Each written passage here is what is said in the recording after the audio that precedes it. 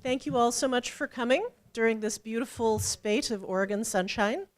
I'm so pleased to have such a wonderful, diverse audience. This reflects our demographic beautifully. Lots of students, lots of faculty, lots of people from town, all sorts of scholars from other institutions. So we're very grateful to have you all here. My name is Anne Rose Kitagawa. I'm Chief Curator of Collections and Asian Art here at the Jordan Schnitzer Museum of Art. And I'm introducing the introducer of our speaker.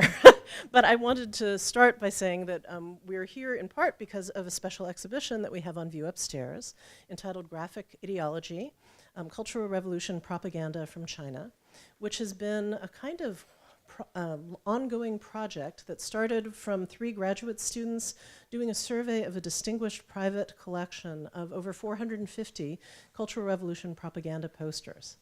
And those students, Ali Mikkel, Kun Xie, and Sangha Kim, have all graduated.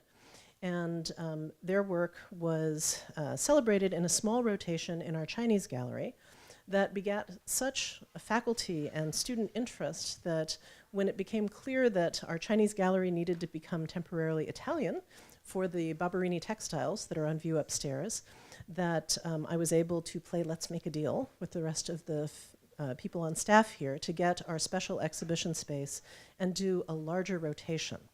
In the context of that, the graduate student who finished the survey, Esther Wang, who is with us today, and a number of the faculty members conspired to make a selection of works that are now on view upstairs.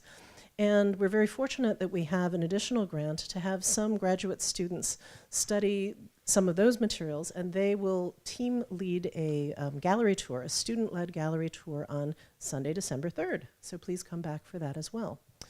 The exhibition was supported through generous grants from the Barker Foundation, the WLS Spencer Foundation, and all sorts of member donations, as well as the Harold and Arlene Schnitzer Care Foundation.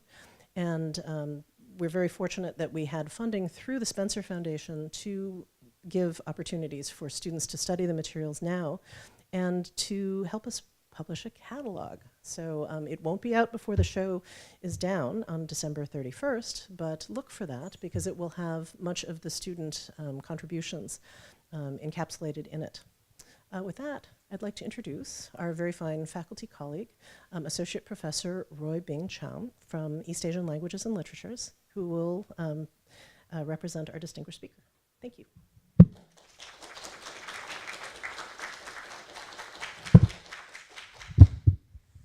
So in the ritual gift exchange of compliments, I wanted to first thank Anne Rose Kitagawa for all of the work she has done in bringing this collection together over a number of years, putting together this amazing academic program, and driving people from the airport, and just being just a wonderful resource to this university. She has become indispensable to our teaching and outreach mission. So thank you, Anne Rose, for all of your work. I also want to thank the Jordan Schnitzer Museum Art for granting us an academic support grant that allowed us to make this event possible. I'm very thankful for this gift. It's not easy to bring someone from Hong Kong across an ocean, but this really made this possible. So I'm very much thankful to the GSMA. So the person I'm introducing today, I have the honor of introducing, is Professor Laikwan, who is professor in the Department of Cultural and Religious Studies at the Chinese University of Hong Kong. She received her PhD in comparative literature from Washington University in St. Louis.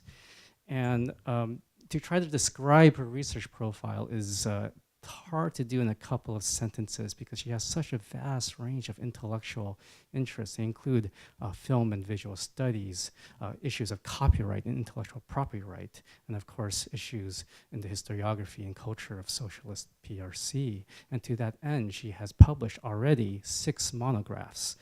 I don't know if I can really read all these titles, but here's a few of them. Building a New China in Cinema, the Chinese Left-Wing Cinema Movement, Cultural Control and Globalization in Asia, The Distorting Mirror, Visual Modernity in China, a book written in Chinese, 黄户未完后九七香港电影, or Twilight, Post-97 Hong Kong Film, Creativity and Discontent, China's Creative Industries and Intellectual Property Right Offenses, and the book that my graduate students are reading, the art of cloning, creative production during China's Cultural Revolution. Currently, she's working on a new project that seeks to explore the ideas of Hana art in relation to the new forms of social movement and social protest in Hong Kong, in particular the umbrella movement. But today she will be talking about the Cultural Revolution, and I will assume that a lot of her talk is based in part on this brand new monograph. And this is just a stunning, stunning work of scholarship that not only looks at a wide array of research materials, including, among other things, ballet, posters, porcelain figurines, ghosts, intellectuals, religion.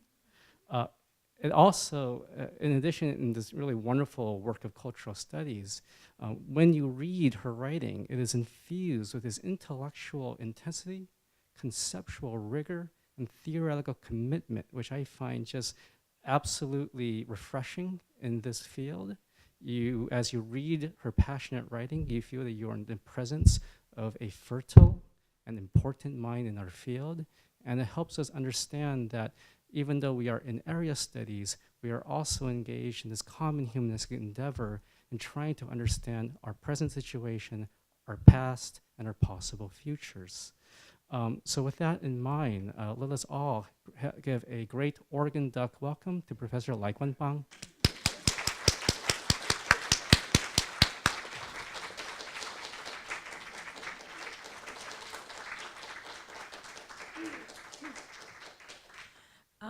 First of all, again, I need to thank Anne Rose for bringing me here. She's just an incredible person to start with. And I would like to also thank Roy. I must say that I have been inspired by your work too. It's not properly cited in my book, but next time I will make sure that I do that. I think I might have stolen some of your ideas. So I would like to ask for apologies too if you see something that might be yours more than mine. But in any case, I'm very excited to be here. Thanks for bringing me here. I was just touring around the collections, and I hope that most of you have already gone through it. It's an incredible connections. And hopefully what I'm going to talk about this afternoon would have some reference to what you have seen or you are going to see. So you can hear me, can you? I have a sore throat, and I hope that, because it's so dark, I can't really see you. You're like, it's like a whole bunch of like shadows in front of me. So I'll see if I can handle it. So this is my interest about Cultural Revolution, particularly in this particular lecture, is the relation between culture and revolution in the context of that particular period of time in China. So I understand that not every one of you are completely aware of the historical background. So for those who know Cultural Revolution enough, I would hope that you can excuse me for spending a few minutes going through the historical background. So basically, we can basically most scholars would divide Cultural Revolution in two phases. I'll go into the two phases, but let's start with some factors that initiated Cultural Revolutions. So if you are aware of Chinese history, previous to Cultural Revolutions, actually you can say the worst things that happened to the to China or the PRC was the Great Famine that was happened around 1959 to 1961. Accompanying with it is the Great Leap Forward. The two of them actually almost came together. And so in a way that is a natural disaster, but at the same time it was also a policy making, defined engineer by Chairman Mao. So I just want to let you know that by the time of the early 60s, Chairman Mao in China was very much sidelined because of his very problematic introductions of the Great Leap Forward.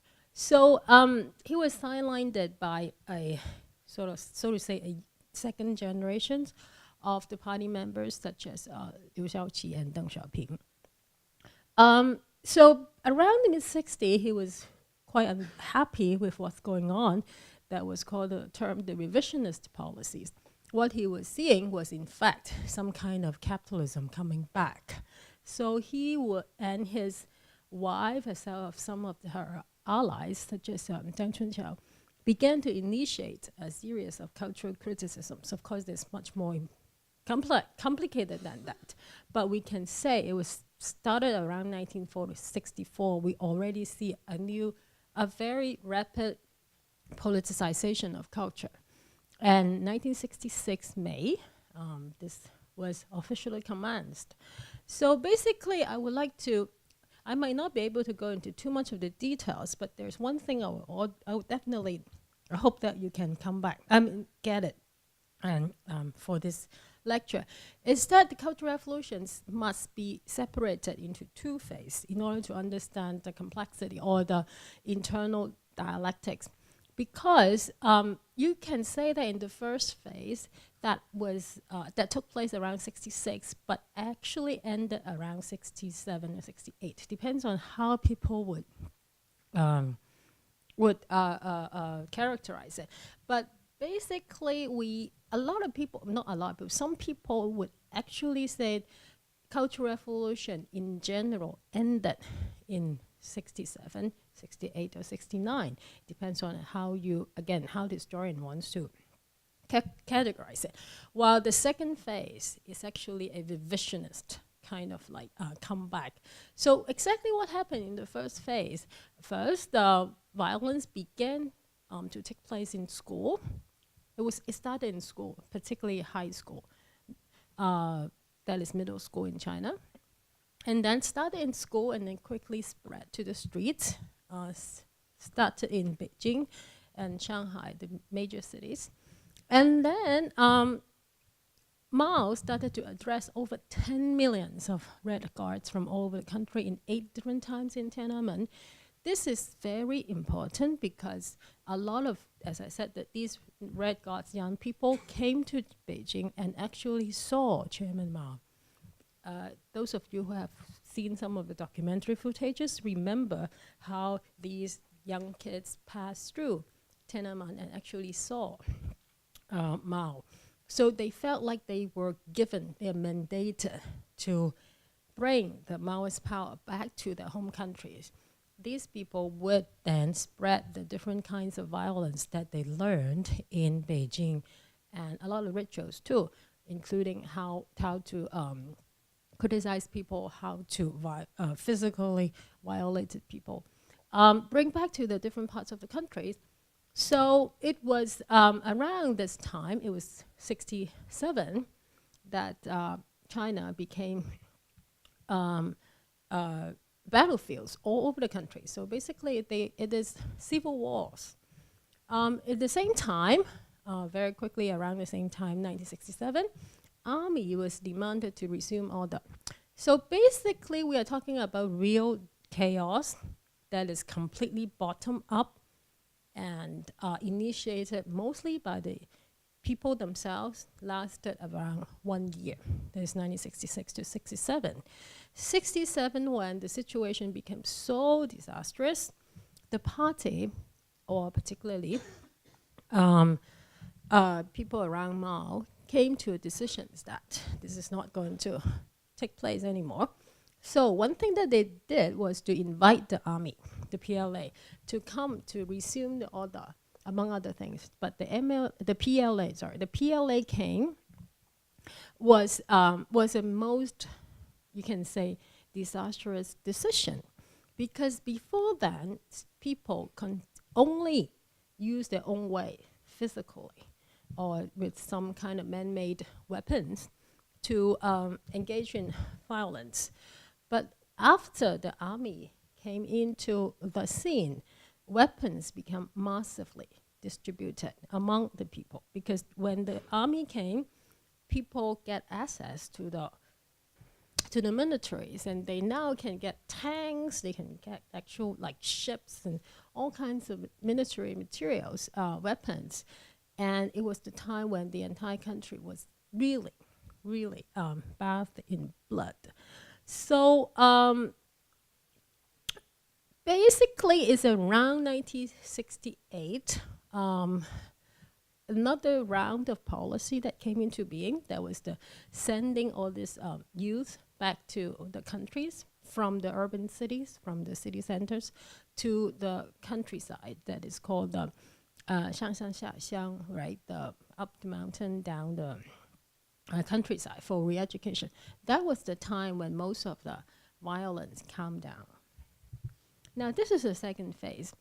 So again, second phase is in fact a, you can say almost like a reverse of the first phase, even though the Cultural Revolution began for an entire 10 years officially, because by then, different leaders will continue to say that the Cultural Revolution continue, even though Mao actually himself officially announced that Cultural Revolution ended in 1969, but other leaders, including himself, very quickly would say the Cultural Revolution continue.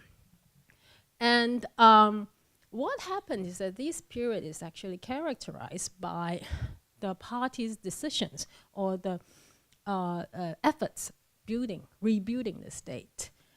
Some of the very important issues, including 1971, Lin Biao, the only vice chairman of the PRC, was killed in a plane crash, with a lot of rumors that he was going to do something.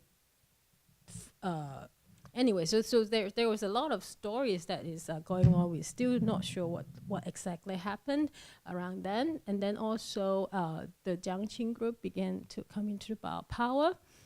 For those of us in the US might remember that President Richard Nixon came to visit China in 72.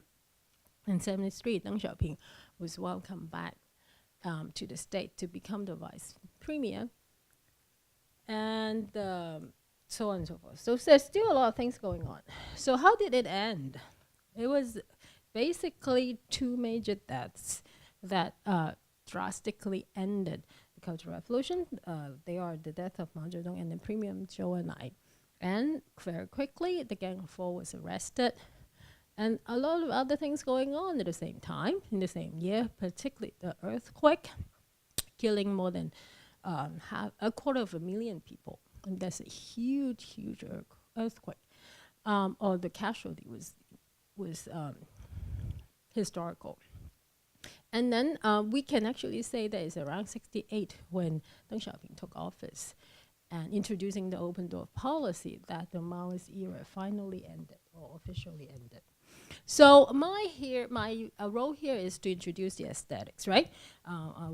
I would hope that I can spend a few minutes to introduce you some of the basic aesthetic principles. So there are a few of them. The first is the rule of the three prominence, Santu Chu.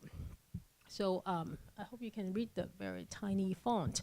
Among all the characters, can you see the font? Okay, good. Among all the characters, the positive characters must stand out. Among all positive characters, the heroic characters must stand out. And among all heroic characters, the major heroic characters can stand out. So Santu Chu is basically a principle of three layers of power or hierarchy. Well, we are not even talking about those enemies or ordinary people. We're just talking about even among the positive characters, we have to, give them put them in hierarchies. And now, so the Santu Chu is it's both a composition principle. We'll be reading some of the,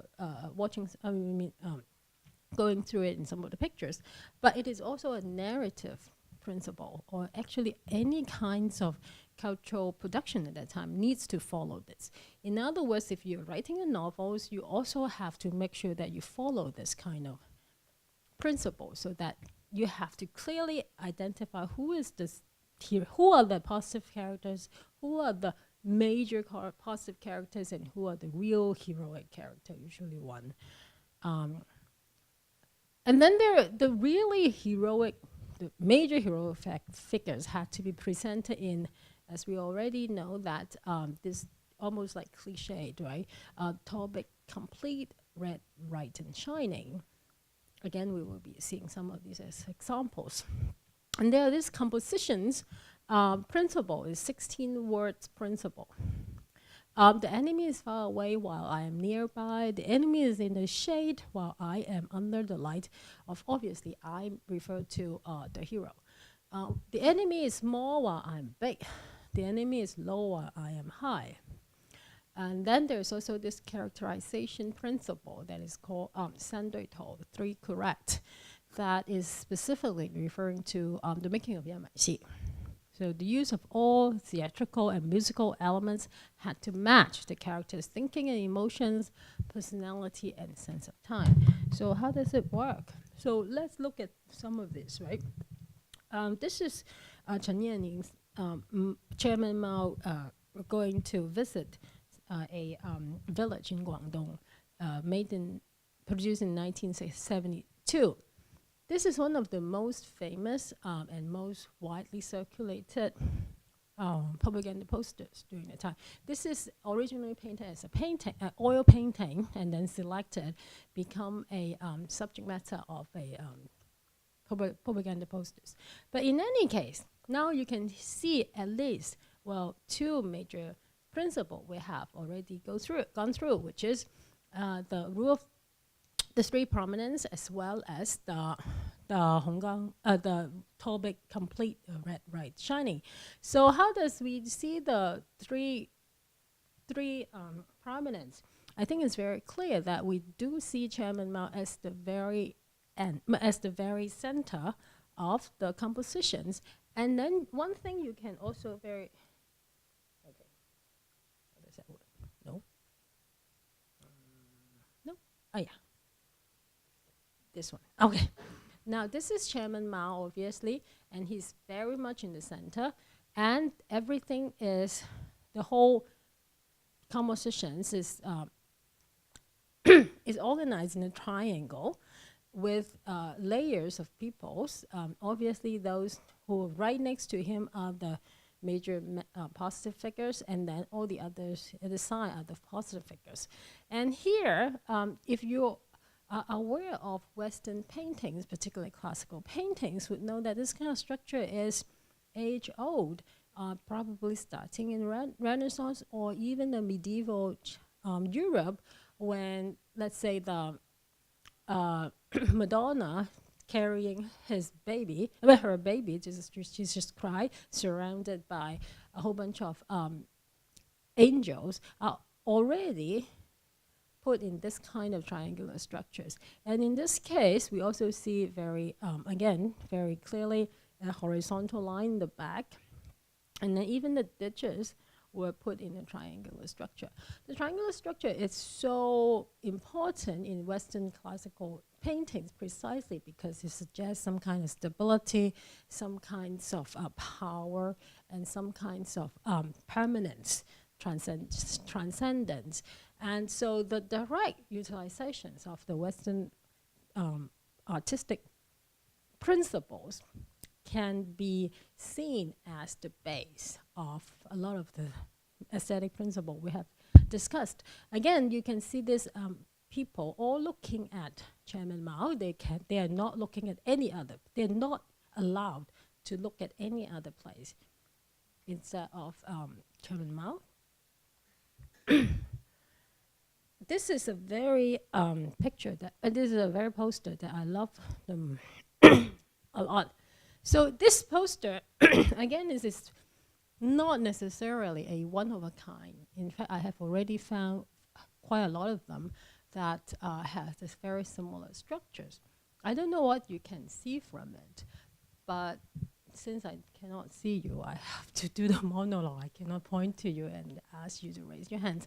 But let's say, again, we can see Chairman Mao in the very, very middle of the whole thing. But what is interesting about this composition is that he, while, again, surrounded by layers and hierarchies of people, obviously those who are around him are the more important people, and those who are in the second layers are just the ordinary people.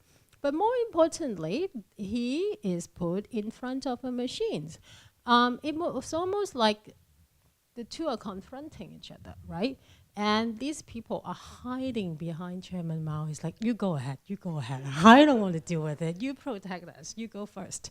That sort of thing. Again, I mean, of course, they are all looking at Chairman Mao, not the machines, but they are all giving Chairman Mao some kind of prominence, a presence as a person that can sort of like overpower the machines. I think this is another situations where we can do some comparisons. For example, if you are aware of Soviet arts in the 30s, Stalin asked, well, obviously they are very different, even though the Chinese art at that time was very much appropriating the Russian arts. And the Russian arts has its own like constructivism, futurism, and a lot of these schools which highlight the machines and make sure and highlight industrializations. They really do use machines at the central figures. They would fetishize the machines. They would use all kinds of aesthetics to glorify the machines. But in the Chinese case, that kind of pure idealizations of the machines is very seldomly seen. I very seldomly seen the machine as the very central figures. And in contrast, we always see people with machines. And in this case, this is a glorification of a factory industrialization, but they still make sure that they have a whole bunch of people. The people are very much together, and they have a distance. The distance was so clear in this particular case. They are not simply embracing the machines as some kind of center of the future. In fact, they still see that the machines are there, and then the people are still trying to learn or to confront the machines. We can talk more about it if we have time. And another painting, very famous, 72 by Wu Xunhua. This is another painting that we can see the Hongguang Gao Da Chuan, the red bright light in the principles. This is, again, very triangular, right? Another very clear triangular structures. And the use of lighting is also very interesting. This is supposed to be in a mine, right? They are also mining stuff. But first, again, it's glorifications of some kind of productions, this mining. So in order to glorify them, they have to make sure that these characters have to be put in situations where they are clean. We know that miners do not look like them. They are very clean. They are very, very determined. But most importantly, we don't know where the light come from. The light is supposed to be here, right? But then you see the light actually was clearly shed on their faces to make sure they are 光and亮, bright red. Again, the red, we don't know how the red come from because it looks like there's some kind of fire going on, but looks like they're firemen almost, but they are miners. So again, so to speak, realism is not the most important thing. The most important thing is the glorifications of the characters. This is another picture, of the regime of the Hong Selang Jujun, the red, the attachment of the red women fighters. Anyway, I'm not functioning because I'm still jet lagged.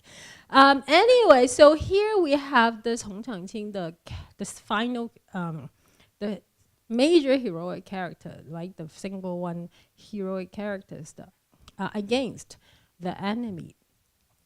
And what is so crazy about this scene is that he is actually being tortured. He was actually imprisoned by him. He captured him, and he was actually physically abused according to the storyline. And he actually was going to send to death sentence, and he was supposedly all weak and weakened. But in the ballet, he still has to be portrayed as a hero. So in that sense, he was no longer, he has to be portrayed as a hero in contrast to his real life situations in the story. So I'm going to spend a little bit of time to talk about my understanding of the subjectivity. Basically, okay, let me say this. I am interested in culture and revolution because I'm interested in how a new people are engineered. So cultural revolution is different from most other revolutions in the sense that they are not trying to, the aim of the cultural revolution is not to topple a government, it's not to build up a new institutions. You know, there's no party or no state existing to be replaced. That's not the aim of the cultural revolution. The aim of the cultural revolution is to rebuild the entire culture, 5,000 years of Chinese culture, by producing a new generation of Chinese people. So the revolution is directed to the people themselves. Every single one of us, that is to say, are the object of revolutions. So what they do is to make sure that every single one needs to do some kind of self-transformations in order to meet that challenge. So in the case of the aesthetics, in a way, was partly or a very important part of this engineering process.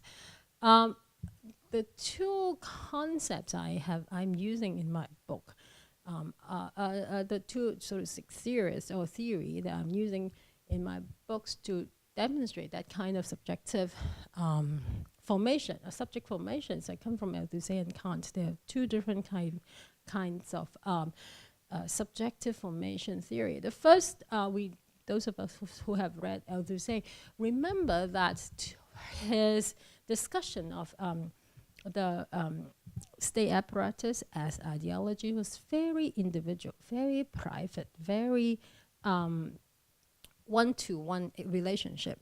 That if you have read the article, remember that he was describing ideology hurling at the individual. When the individual turns back to the ideology, that person is already subjected to the ideology. The ideology enter the person.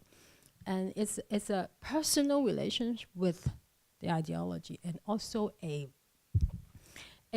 private as well as imaginative kind of encounter. So the ideology, anytime you respond to the ideology, you are subjectified. So that is how to say. But Kant is a completely different story. His third critique about the aesthetic judgment is a very different kind of logic. Of course, by then, Kant, I mean, the term of ideology wasn't there, I believe. But what he was talking about, Kant was talking about then, was the aesthetic judgment as a collective experience. He was saying that when we are looking at a flower, and the flower we call it beautiful, already presumes that this person calling this flower beautiful know that there are other people in the same community would also call this flower beautiful. So there is already pre-established judgment that inform every single judgment, while every single judgment also would put together to inform that collective judgment. So a community has to be there in order to allow that kind of judgment, which is not transcendental. It's almost groundless, but at the same time is built by a collective of people who share the same judgment. So to him, the aesthetics judgment is that special. It's not reason, it's not rationality, it's not morality, but aesthetics. If you want to, aesthetics judgment is a way to feel belong to a society or to a community. So Althusser and Kant actually is reminding us, or at least I read from them, two different ways of understanding subject formation. First is the private, imaginative dimensions. The second is the collective dimensions. And I think the two levels of understanding subject formations work together, in particularly in the case of cultural revolutions. For example, I can give you an example, the drive of aesthetics. In the examples in 1967, there were two rivalry groups in Changsha. One is Gaoxi, composed primarily of university students, and the other is Xiangjiang mainly factory workers. So these two groups are the major enemy groups. They fight with each other during 1967 in Changsha. Major battle going on. And because the Gaoshi, the first group, were composed primarily by university students, they always have a higher power during the daytime because they are able to write better calligraphy, they're able to give better speeches, they're always able to engage with the people better. While the factory workers, they felt intimidated by the so to speak, intellectual ability or superiority of the university students. But during the nighttime, the factory workers would come out, and it's in a very different kind of setting, in the dark. They would take some of the microphone in their trucks, and then started to yell, started to sing, started to make noises around the city. And it was the nighttime that they felt they were empowered, because it's a completely different kind of cultural settings. They don't need to, it was mainly a completion of voices.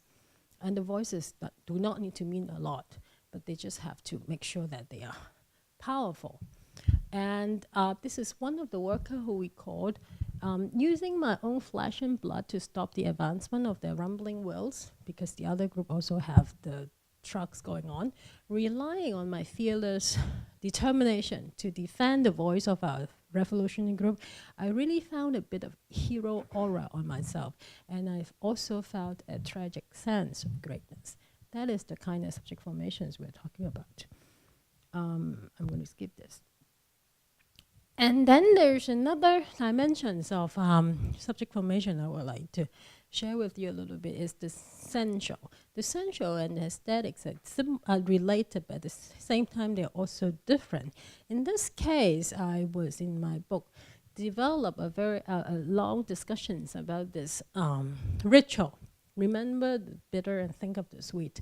They during the Cultural Revolution, there was a lot of programs, campaigns that are using this kind of strategy, making sure to tack a sense to the past and a sense to the future. Bitterness to the past, while sweet to the future, using all kinds of ritualistic performances and strategies to make sure that to make sure that people will immediately and automatically think of the past as bitter, and to understand the sweet, or anticipate the future as sweet. So many different kinds of strategies being done in order to do that kind of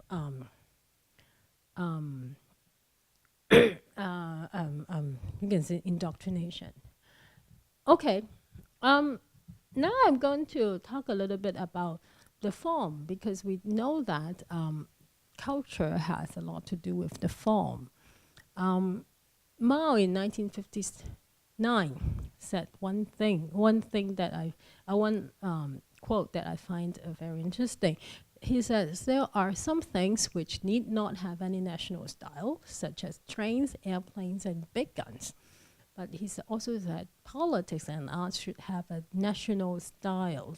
So what does he mean by national styles? It was if we put it back in the historical moment, it was the time when China was developing a like the Sino-Russian or Sino-USSR relationship is turning sour. China was trying to distance itself from the USSR. So before there was a lot of copying. China was seeing the USSR as a big brother, as also a teacher, so they copy everything from the Soviet Union. It's around that time Mao was saying, well, it's clear to say that we have to have our own style. But most interestingly, he was saying there are certain things that doesn't need a style, doesn't need to be given a national tag, but there are certain other things that needs to be. That is politics and art. In a way, he was really putting politics and art together at some kind of national particularities that cannot be confused. So there is this interesting connection between art and politics here. And then the way that he privileges form also implies certain thing, which is to him, the way it looks probably is more important than the way it is in the political sense. And how does it do? Through art. Around the same time, Mao Zedong advocated a new slogan that is the synthesis of revolutionary realism and revolutionary romanticism, to take over socialist realism as the leading principle guiding China's proletarian arts and literature. We know that socialist realism was, again, imported into China around actually the 30s in Yan'an. And again, around this time, Mao was making sure that he to have a national style, and he and his friends, obviously like Zhou Yang, give it a term that is called this very long name. I would just simply call it Maoist romanticism. So what is Maoist romanticism? Simply speaking, we can differentiate it from European romanticism. For those of you who have read Paul Deman and a lot of these major theorists on European romanticism, might remember that according to their description, the European romanticism actually can be described as the struggles around a triangular relationship between human thoughts, human language, and things. So what they are doing is, what they are arguing is that the human, sorry,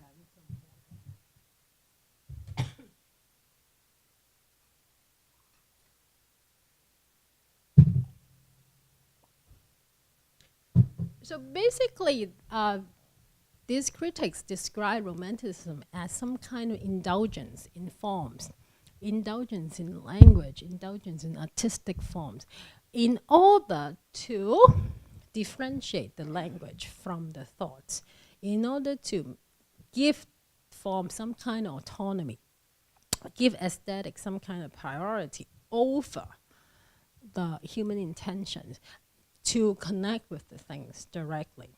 So there's all this very interesting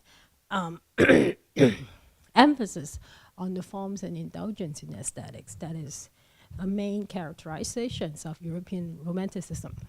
So if the European modern arts resort to art in order to reach beyond the world of chaos, the Maoist art, that is Maoist romanticism, is given the opposite mission of providing a sense in the world of disorder. It was a time, particularly during the Cultural Revolution, it was a complete disaster, complete chaos, to the extent that people were very hard to find a order in their everyday life reality. In that case, the art was romanticism. Maoist romanticism is given that role to portray a different or better or more coherent or more sensible reality for the people to hold on to, in contrast to the chaotic political reality. I'm going to give you a few examples here to demonstrate what kind of nationalist style that the Chairman Mao was and his and the policy of the search of national style was going on. Again, this is 1959, prior to Cultural Revolutions.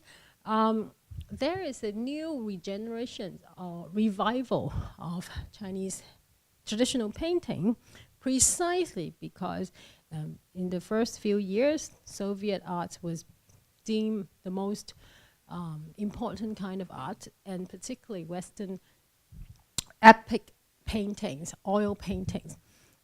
But in order to fulfill this kind of new objective to develop a new Chinese national art, traditional Chinese ink brush it came back. And so there is a lot of these kind of paintings, very moving paintings, traditional Chinese paintings with new kind of political agendas being seen during this time. This is again a very, very important piece of art at that time, 石脑转战陕北. Those of you who know this story know that this painter was actually heavily criticized during the Cultural Revolution. Do you know why? Because of this painting. Because they think that they put Chairman Mao, he puts Chairman Mao in the cliff with no way to go. So it's like you are forcing Chairman Mao to, jump to the cliff. So again, we can definitely criticize or appreciate the paintings in many aesthetic regard, but to give it a political message is again also can very random. Oh, okay. These are the two other paintings that I find very touching, very important. The first one is 亚明争分夺秒, the other is 李克言. We can see how traditional Chinese paintings, techniques, compositions, and a lot of aesthetic principles are renewed, reproduced, and readapt into new, with the new kind of political message, such as the glorifications of industrialization or glorifications of Chairman Mao's home. I'm not going to go into too much of the details. Yangbanxi. Okay, we move into yet another very important categories, that is Yangbanxi. By these are theatrical works. We talked about paintings earlier, but during that time, particularly going back to Cultural Revolutions, we know that there are a very important, or the most important engineering program is the Yangbanxi. They were produced for one particular purpose, is precisely to be the model. We'll talk about the model a little bit, but here I just want to give you a very simple background. As 1967, 8 Yangbanxi was sanctioned. 5 of them are Peking operas, 2 revolutionary ballets, and 1 symphony. And by 1976, a total of 26 Yangbanxi were officiated. Before I continue to go on the ideas of Yangbanxi, I want to clarify a little bit about the different concepts I introduced in my book. The 2 concepts that relates to model or model building are 模范 and 样板. 模范 are meant to describe those distinguished individuals or projects whose greatness merits imitation. 样板 is fictionally constructed in representation as embodiment of perfection. What do I mean by them? I can go into a little bit more closely. 模范. 模范, actually, if you are aware of the Chinese genealogy, it first meant the mold that produces utensils, and implying rules and teaching, and then gradually develop into the meanings of, with the meanings of artistic production. It also quickly, and in modern times, used as reference to those individuals who must be in line with the standards of exemplarity.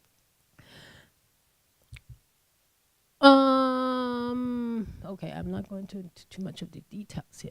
Let's go to here. Okay. So Morfan has, what I want to emphasize is Morfan are real people. Usually, we tend to see Maoism as a simple, homogenization or some kind of authoritarian system. It is true, but in the case of selecting the Morfan figures as the model, it's sort of like a two-way direction. Because they have to be individuals, they are already present. So usually they are lower level of selections, let's say. Within the working units, they will select a certain Morfan person, model figures, and then submit it to a higher authority and somewhere, and then they select among, somehow, somewhere along, meet the force up-down that is from the party. The party also makes sure that it continues to select Morfan, so they come down to different locations to find their Morfan. So it's like a two-way dimension, relations. I'm not going to go into detail, but I would like to then separate Morfan with Yangban. Yangban is a completely different concept. Yangban refers to measurements for individual reproduction. So it's an industrial concept. The first time, and when you're doing if you are ever worked in a factory, you know that all the single product have some kind of Yangban or some kind of measurement, precise measurement everybody has to follow. In any case, the first time when Yangban became a national vocabulary was around 1963 when the National Agricultural Science Committee advanced the idea of a Yangban field. What does it mean? Again, that was right after the Great Famine. The state was very committed in rebuilding the agricultural productivity of the country, so they asked to pick up the best examples, the best practice in different parts of the countries of promoting or increasing the productivity. So different work units would submit their best practice and to the National Agricultural Science Committee, and they would choose the best one according to their standards and become Yangban field, and put it to different sort of like promoted as the best practice, and people should learn from it. But it was around 1964 a very interesting shift happened of this particular term, because it was around that time there was, before the Cultural Revolution, there was already an ongoing fall cleanup movement initiated by Liu Shaoqi. We don't need to go into too much of the detail, but what it did was to invite different, actually they organize work units to go to different parts of the countries. And what they did was to to examine the kind of political struggles that took place in different parts. So what they do is they issue 3 reports after worldwide field trips and field research. They issue 3 reports, and they are the Duochuan Yangban, the model of the class struggles, 3 of them, and demonstrating the actual experience of the local cadets and the masses, revealing and punishing the corrupted leaders. So this term Yangban made a radical shift, because before then it has to refer to certain truth, reality, something that really happened, whether it is like industrial reproduction object or the models or the formulation of agriculture. But by then, when the ideas of when this Duochuan Yangban came into being, this politicizations of the terms also make it dematerialize, meaning that it doesn't need to refer to any reality anymore, even though it seems to suggest that they came from actual real experience, but in the process, obviously, in the writing process, obviously there was a lot of, fictions and construction go into it. So when this term become politicized, this term also become detached from reality. And somehow this term got picked up by Jiang Qing and her group, and they put together 8 Yangbanxi as the model cultural works. And it was by then that the figures, the Yangban figure, the model heroes, become completely severed from reality. Around 69,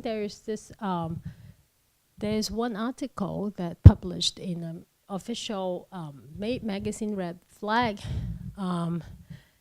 strictly forbidden any individuals in the whole country to identify themselves as the base of, or the real figures of the Yangbanxi figures, heroes. So it was in this particular directives, articles, then we realized that the Yangban figures, the heroes, can only be constructed. We cannot connect it with any other real person. So in a way, that is, for example, in the case of Haran, when he was assigning to write a biographical novel of a local cadet, Wang Guofu, who died just a few months ago, and so he spent a lot of time writing about this person as sort of like a biographical writing. But by 1971, when the novel was titled Wang Guofu was finished halfway, People's Daily published an article denouncing any novel based on a real life story. Curiously enough, around this time, then there's this national policy that no novel can base on real life figure. So Haran quickly fictionalized the stories and taking out all the hints that they might refer to reality, and rewrote the novel entirely into Golden Role, Jingguang Dadao. And Jingguang Dadao is, in fact, the single most popular, so to speak, popular or widely circulated novel in modern China. So what I'm saying is that by the 1969 to 1971, Yangban can only be constructed, can only be fictionalized. What is, so there's a lot of, these examples. I'm not going to go into any of, most of them, but if you have gone to many of the posters in the second floor, there is a particular sessions on the heroic figures, and most of them are actually Yangban figures, meaning that they are fictional figures. So what is it important about the difference between models and Yangban? What I want to remind you is something I mentioned earlier, that there is an interesting division historically between the first phase and the second phase, right? The first phase was the development of the national sort of like mass, almost like ultra-democratic revolution, because it's supposedly something that generated from the masses. While in the second phases, it's completely controlled by the revolution becomes state-owned, engineered by the state itself in order, in a way, to resume order. So we can actually use these two examples to sort of understand the logic. I'm not trying to articulate they are completely different. In fact, there were a lot of overlapping. But what I'm trying to say is that by 1969, the fact that the government was saying, or the state or the party was saying that no Yangban figure can be based on real person, implies directly their distrust of the people. Yangban can only be controlled or state-owned, so to speak. They can only be owned. The perfect figure can only be owned by some kind of production, and that production can only be owned by the government or the state. while all the people can only match themselves against these models. These models are there, and individuals are down there. Then they can only look up to it and hope to transform themselves into the Yangban figures. In contrast to the logic of Morvan, actually come from the people. So this is very different kind of logics of social engineering. Okay, so other than Morvan, other than the models, there is the copies. The copies are the real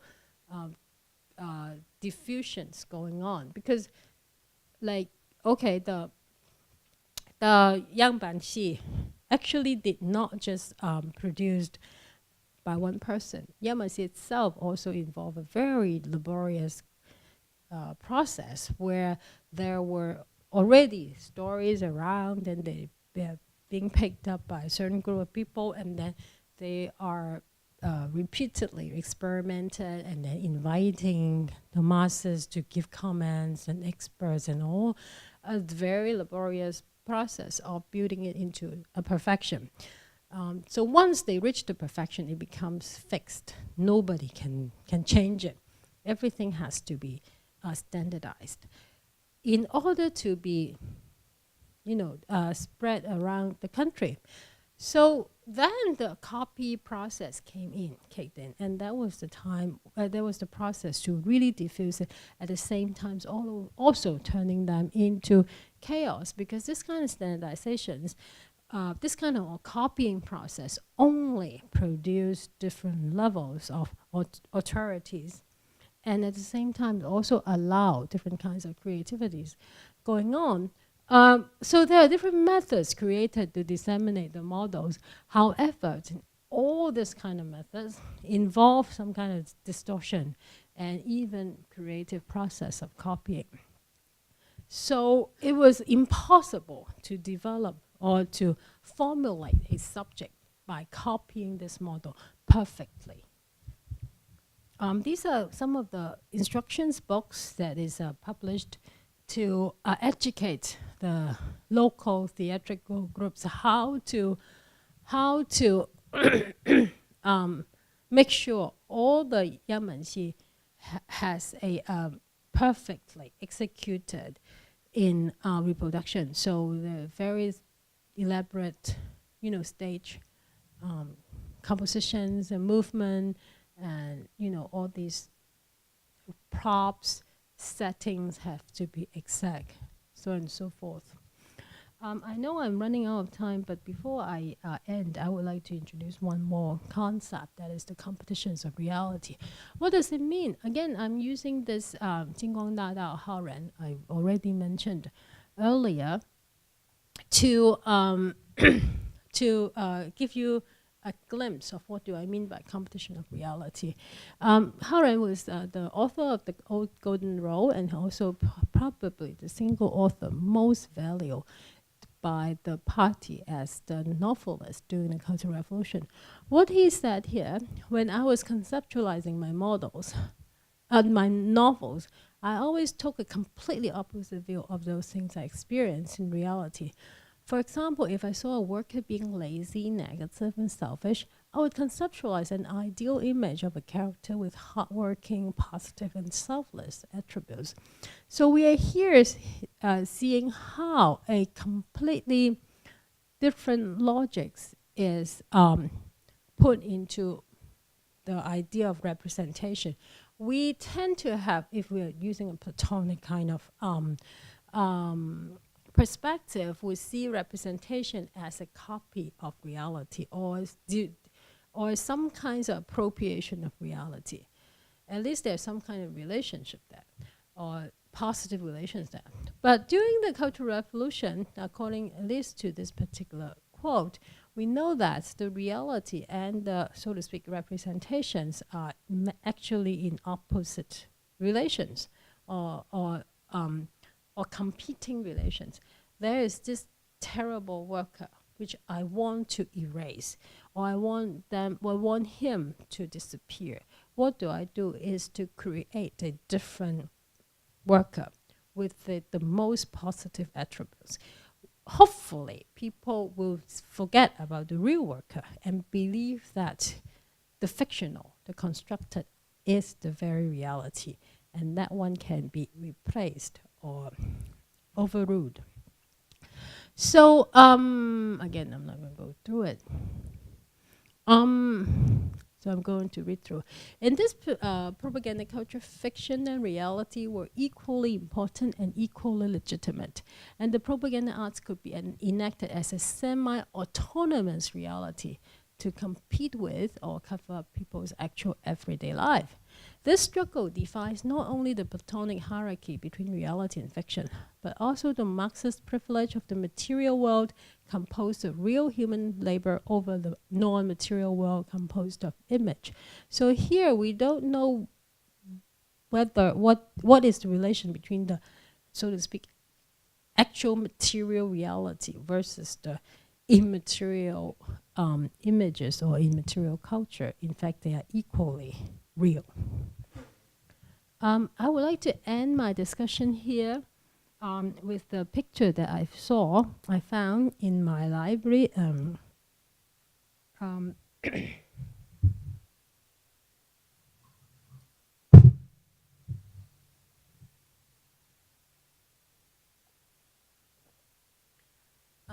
That is a Chinese university in Hong Kong. They acquire a collection. When I asked the librarian where does it come from, and even she doesn't know, and she wasn't completely sure where it came from, but she just knew that many years ago there was some people selling collections of comic original to the library, and the library somehow acquired it, and so they do not quite remember exactly what happened, but there was a collections of this actual print, not prints, but actual originals of this kind of comics that I saw collected in my library. I probably am the only person who has seen this in the whole world because nobody knows even they're there. In any case, what I find this set of materials particularly interesting because it was produced right immediately after the Cultural Revolution. It says 1976, December 1st, by this Guangzhou criticizing the Gang of Four collections. So what we are seeing here, again, is just several months after the end of the Cultural Revolution.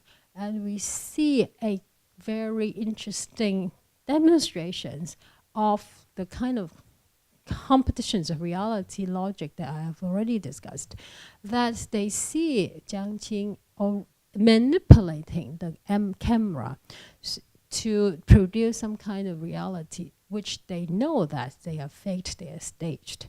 Again, this is just several months after, right after the end of the Cultural Revolution. So we are talking about two layers of representation here. The first layer, of course, is Jiang Qing taking a picture of Lin Biao, and the second layer is the people, the painters who is painting this.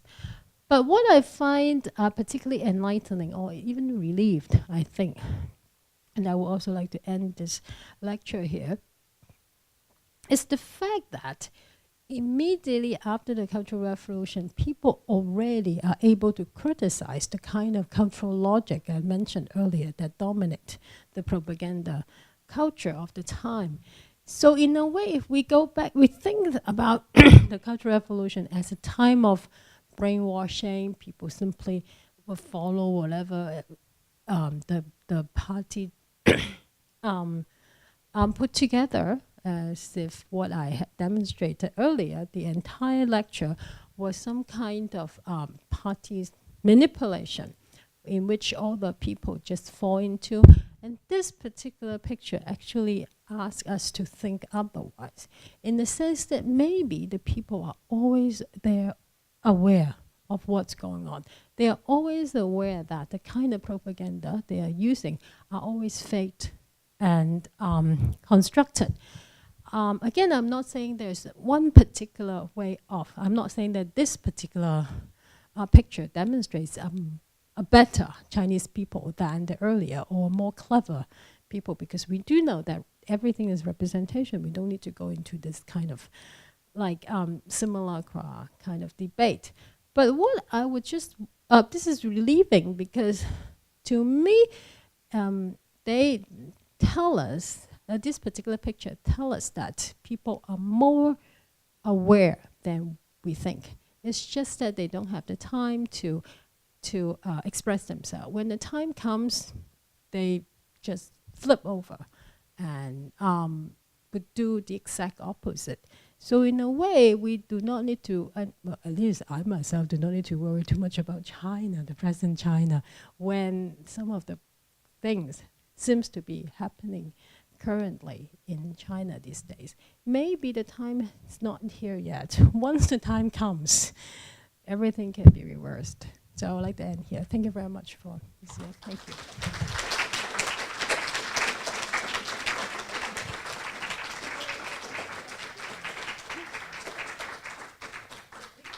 So, Professor Pong said she'd be happy to answer questions. So,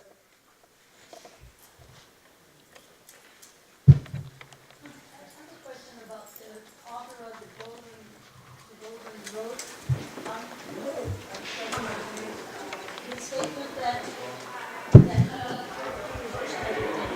So how conscious, even until 2008 I saw, how conscious was he about what he was doing at the time, in relation to what you were saying right here at the end? I could see that an author could take that on almost as irony, as I will just reverse everything and write this book, because that's what I need to do, so just about it. Again, it's very difficult to say because I had the chance to, because of the research, I had the chance to talk to a lot of older people who were actually cultural workers at that time. A lot of them do believe, or do, I wouldn't say romanticize or idealize, but they did remember those period as a time of purity. Because they were young and they really believe in, a lot of them, believe in the ideologies. And in fact, the environment, the cultural policy was also very nurturing. Almost like the entire country is supporting this young artist to produce a new culture. So they were under this impression, under this, aura as a cultural worker, in order, with the task to bring a new people into being. So I think they were mostly, at that time, particularly among certain younger generations, believe in what they do. But at the same time, people are very complex, right? In a way, they might be believing in it, but at the same time, they might not. So there's a lot of struggles within each one of them. Some of them are more devoted, some are more distant. So it was very hard to say which is which. Hao Ren, by then, he was a bit more mature than 16 years old. So I think he was also struggling too. But exactly how he struggled, I guess, I cannot say. And he probably doesn't know either.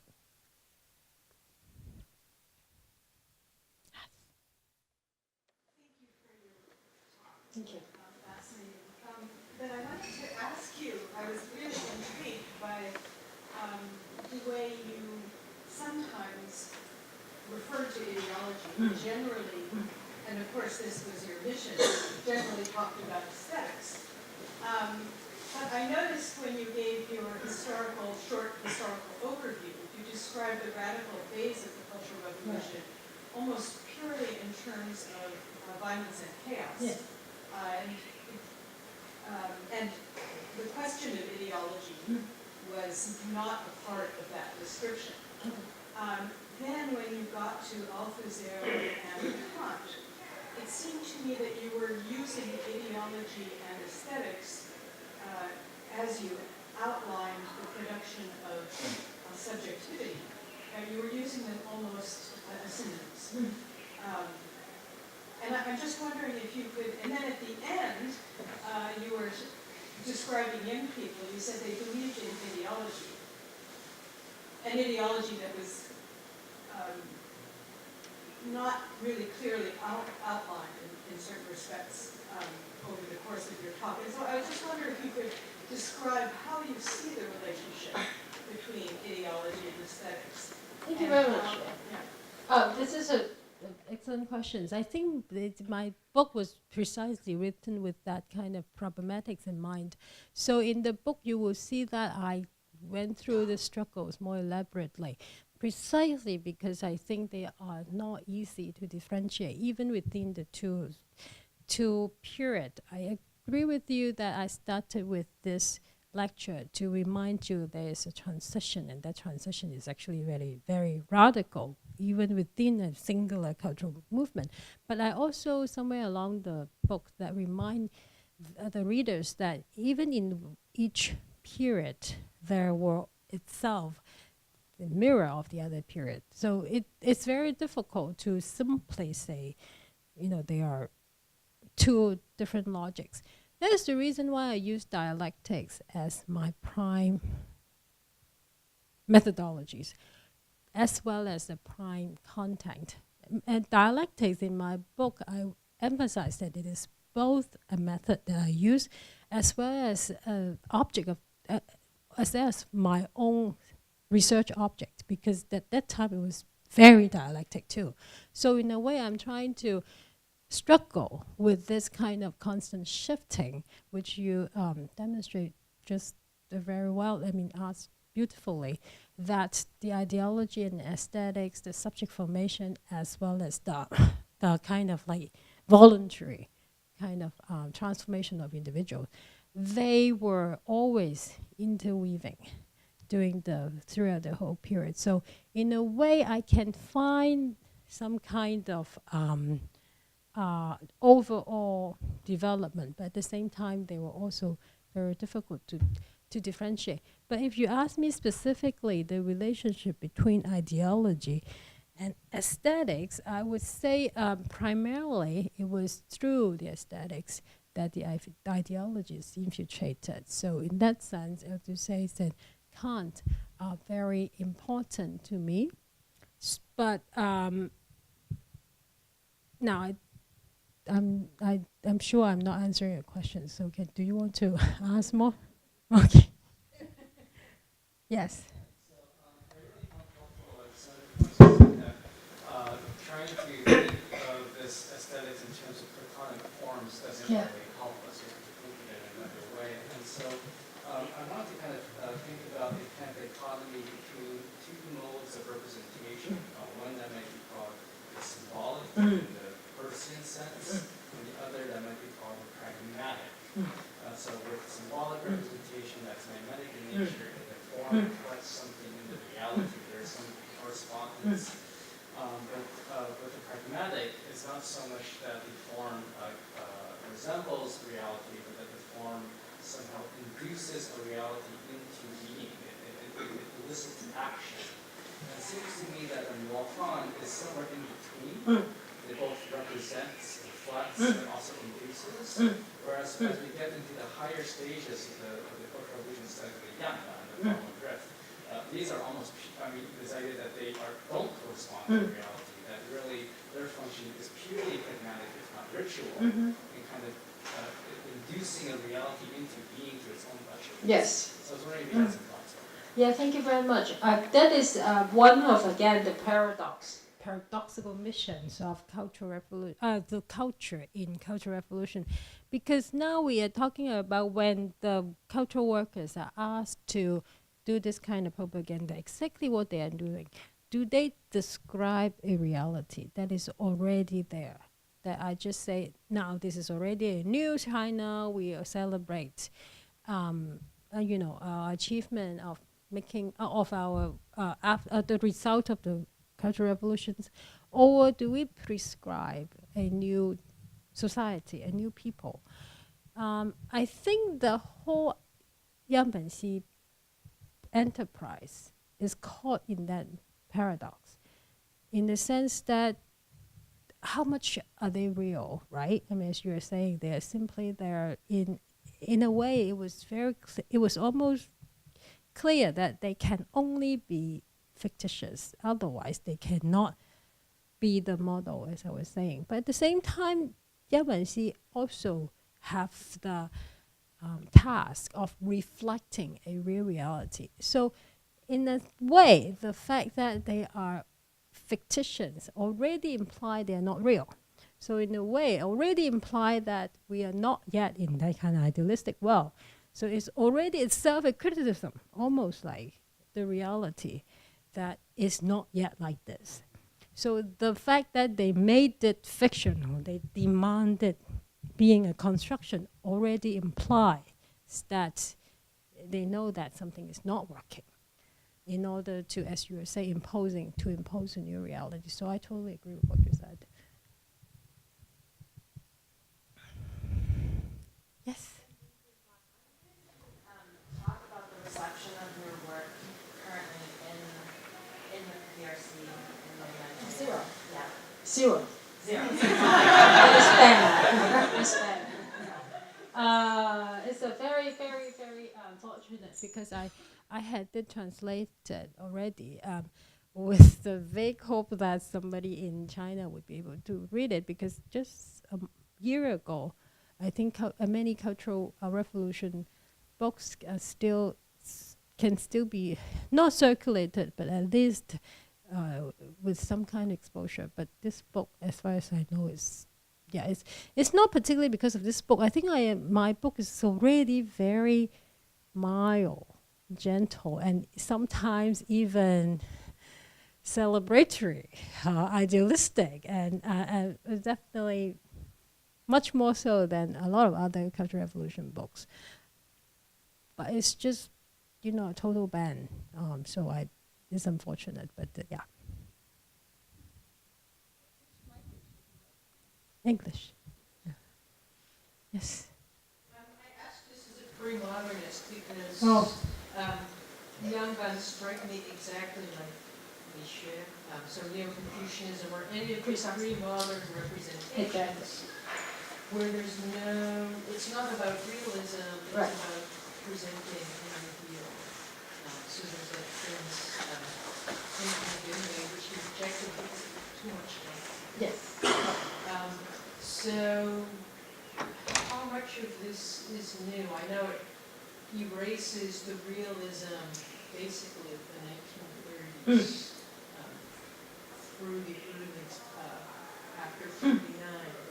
Doesn't this really just harken back to pre-modern? Very much, what yes, art is very supposed much. to be, and subject formation? Yeah. Totally. The exemplarity kind of like logic has always been part of Confucianism. We know that the saints and they have to identify the teachers. The teacher is very important in the Confucian traditions. The teachers are there to model themselves, and it's not the teacher-pupils relationships are not, I give you knowledge and then you learn, but you learn from me, my act, my deeds. So there's definitely the Confucian dimension there. And in fact, a lot of people criticize, not a lot of people, some people were saying that during the cultural, not just cultural revolution, I think even much more earlier in the Yan'an period, the confession culture was very prominent as the way to re-educate a person. So if you identify a person with problems, you make that person confess, right? So the confession as a mode of self-transformation is very Confucianist, that you have to do some kind of self-transformations. It's almost like moral, based on Confucian morality, that sort of thing. So you're right. I mean, a lot of these things are very much Confucianist-based. Yeah. Follow up on that. So when you concluded your talk, it seemed almost a point of pride to show that people could be somewhat cynical. And I'm wondering to what extent it's still a part of the deep culture to want to have these exemplary models that define what people are to model themselves. Yeah, I think, again, this is another question about how much let's say, Maoist time, particularly during the Cultural Revolution, is a totalitarian culture. I wouldn't say so. Even at that time when the state was so, I mean, not but the party was so controlling, but I still wouldn't call that a totalitarian society, because I do think actually in part of my book already mentioned that I do think that people have a lot of freedom, quote unquote, to be distant from the center. I know there are Japanese scholars here, but I think there's some difference between Chinese society and the Japanese society in that sense. Then the Chinese society tends to be a loser. I mean, they just whatever. I mean, you have your whatever you say, and I do whatever I do. So there's always this kind of very loose folk. Detached. I mean, they sort of like they try to follow, but at the same time, when you are not looking, I'll just do my other things. The self indoctrination is not as disciplined. Let's say Chinese society tends not to be a disciplined society. If it's not disciplined, if chaotic, at the same time, it means a lot of freedom operating. So I agree with you that there's also some sort of, you know, this, I wouldn't say Taoist, but at least it's like folk kind of like traditions still found in Cultural Revolution.